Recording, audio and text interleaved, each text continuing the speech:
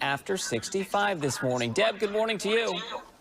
Good morning. How are you? I'm doing well. All right, I think this is such an important topic because as we get older, we still want love and intimacy, and there can be challenges when we reach a certain age. One of your tips to start off with is connecting emotionally first.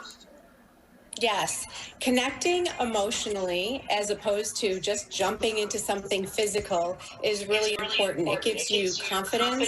It gives you that connection that's really needed to be able to share that intimacy.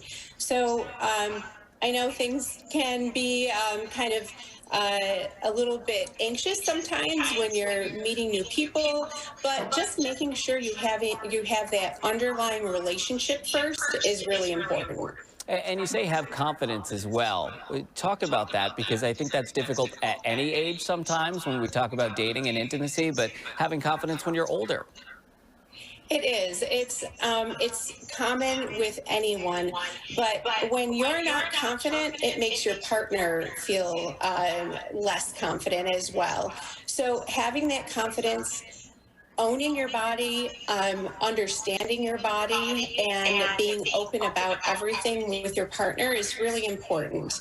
And when you exude confidence, it's really attractive. So that's something that I really would encourage people to embrace in themselves. And a couple of topics that I think fall under kind of like the same umbrella. We talk about hormone replacement, medications, and medical conditions. Don't be afraid to talk to your doctor about any of that stuff. Absolutely. Talking to your doctor or even seeking out a specialist is really important because aging, as we know, is a natural process. And with aging, our hormone levels are decreasing. And with those decreasing hormone levels for both men and women, starting even at age 40, 45, those hormone levels are decreasing. And as a result, they have physical effects on you and mental effects as well.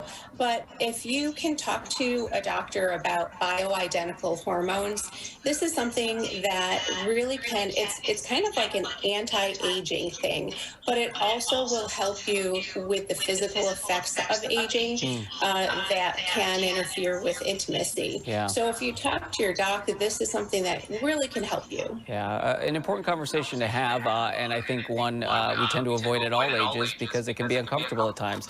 Deb, appreciate your time this morning. Always good to see you.